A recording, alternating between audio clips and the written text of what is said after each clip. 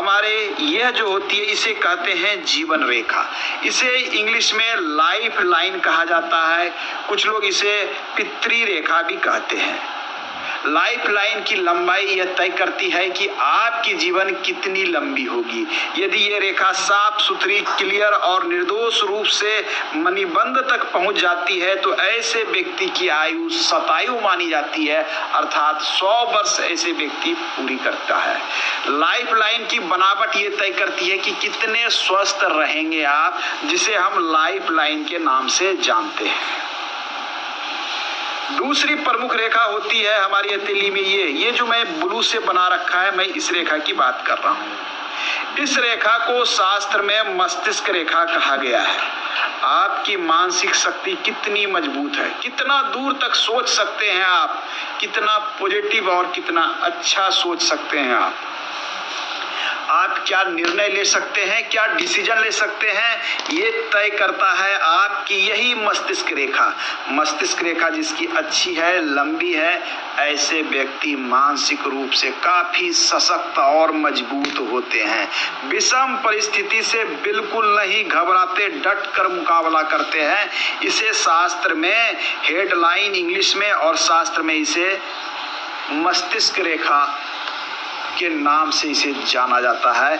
इसे हम कहते हैं हेडलाइन या मस्तिष्क रेखा। तीसरी जो प्रमुख रेखा है, ये जो ब्लू से आप देख पा रहे हैं, इसे कहा गया है हृदय रेखा।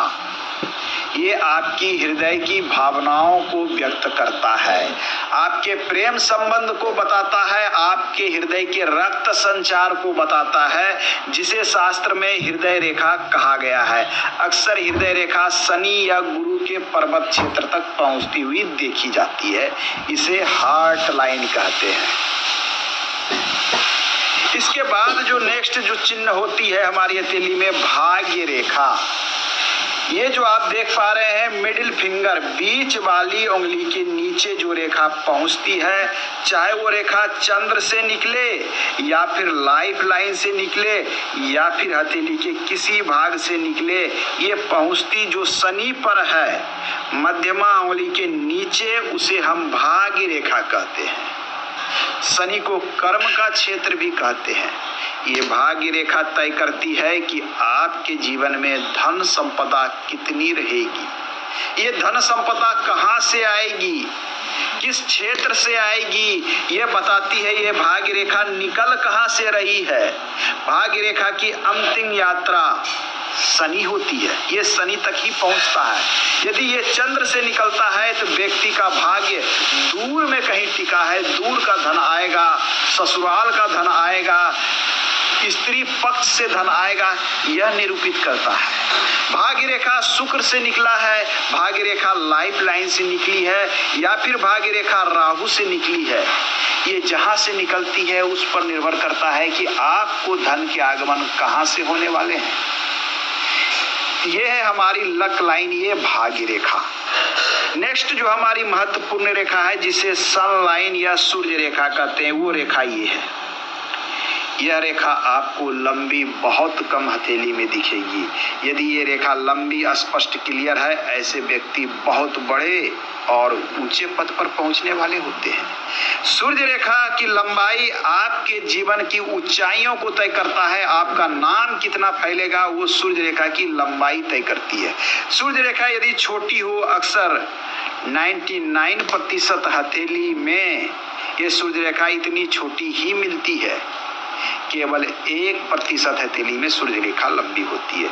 सूर्य रेखा सरकार द्वारा लाभ, सरकारी नौकरी, शिक्षा, एजुकेशन, प्रतिष्ठा, नाम इत्यादि को जोड़कर देखा जाता है।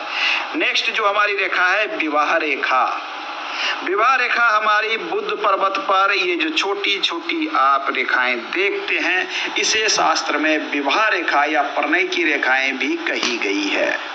आपका कितना विवाह होगा, कितने प्रेम संबंध होंगे, कितने बच्चे होंगे, कब विवाह होगा और विवाह के बाद वैवाहिक जीवन कैसा होगा, आपकी विवाह रेखा की बनावट तय करती है। इसे मैरिज लाइन या विवाह रेखा भी कहते हैं। नेक्स्ट हथेली के चिन्ह को जाने, राहु रेखा। अक्सर लोगों को राहु का नाम सुनते ही डर लग जाता है, मन में भय आ जाता है, न जाने राहु क्या नुकसान कर देगा। अब वास्तविकता है कि जिनकी हथेली में राहु रेखा की संख्या जितनी अधिक होती है, व्यक्ति जीवन भर परेशान सा रहता है।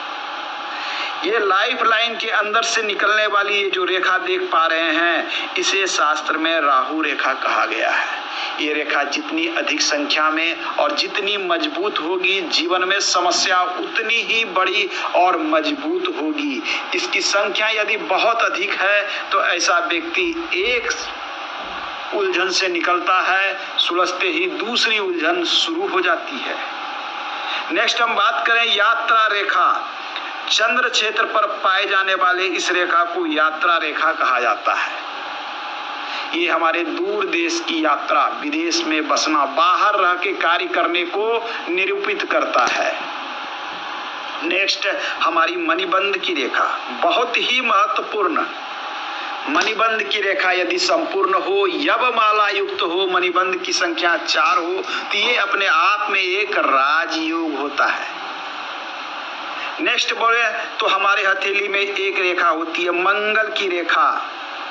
ये रेखा आपके जीवन को सपोर्ट करने वाली होती है, जीवन की सपोर्टिव रेखा होती है, जिसे मंगल की रेखा कहते हैं। इसके बाद एक और सबसे महत्वपूर्ण रेखा होती है बिजनेस या व्यवसाय की रेखा, जो कुछ इस प्रकार से बुध पर्वत पर जाती है। इसे व्यवसाय, बिजनेस या फिर स्वास्थ्य रेखा के नाम से जानते हैं। तो आज के अंक में हमने रेखाओं को पहचानना सीखा। नेक्स्ट अंक में हम रेखाओं को विस्तृत रूप से जानेंगे कि बनावट और कहां से निकलती है, उसके क्या फल जीवन में प्राप्त होते हैं।